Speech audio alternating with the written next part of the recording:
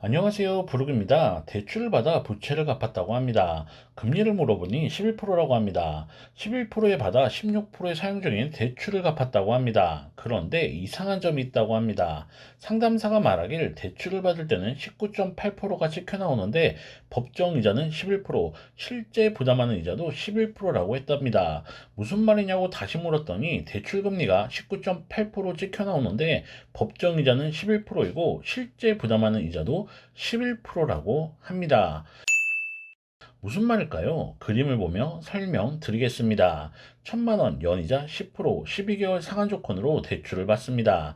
같은 조건인데 1년 동안 내는 이자가 다릅니다. 원금 만기 시 상한의 경우 연 이자가 100만 원, 원리금 변동 상한의 경우 54만 9,906원을 부담합니다. 왜 그럴까요?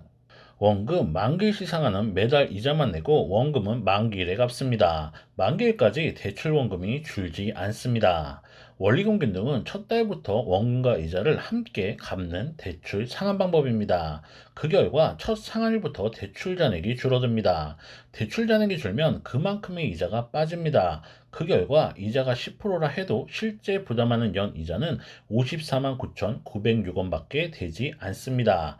이걸 이자로 환산하면 5.49%입니다. 이걸 실금리라 합니다. 하지만 이건 상한 방법에 따른 마법이 아니라 내가 갚은 돈에 대해서 이자가 붙지 않은 결과입니다.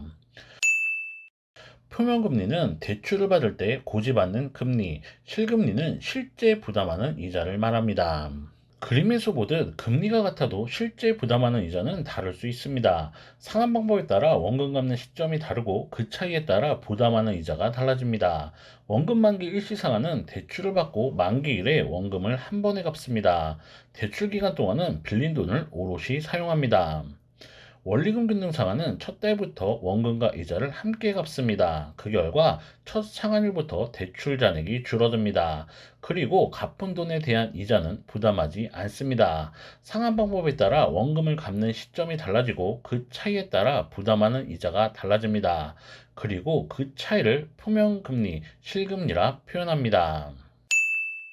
상담사가 말하길 찍혀 나오는 이자는 19.8%지만 실제 부담하는 이자는 11%라고 했습니다. 상환 방식이 첫 달부터 원금과 이자를 함께 갚는 원리금 균등이라 그렇게 말할 수 있었습니다.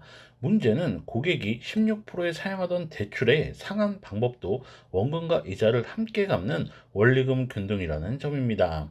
상담사 말대로 하면 고객이 사용하던 대출의 이자도 찍혀 나오는 이자는 16%지만 실제 부담하는 이자는 8.1%였습니다. 상담사가 이걸 몰랐을까요? 상담사는 상한 기간을 늘려 납입 금액을 줄였습니다. 납입 기간을 길게 하면 매달 갚는 납입 금액이 줄어듭니다. 그리고 그 차이를 이용해 이자가 낮아진 것처럼 속였습니다.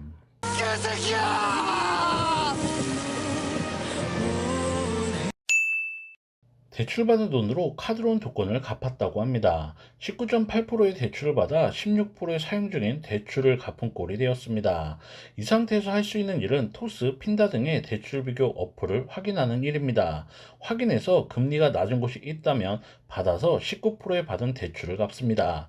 갚을 땐 대출 철회권을 활용해야 합니다. 그래야 중도 상환수를 물지 않습니다. 그에 관한 자세한 설명은 대출 철회권을 아시오라는 영상에 담아두었습니다.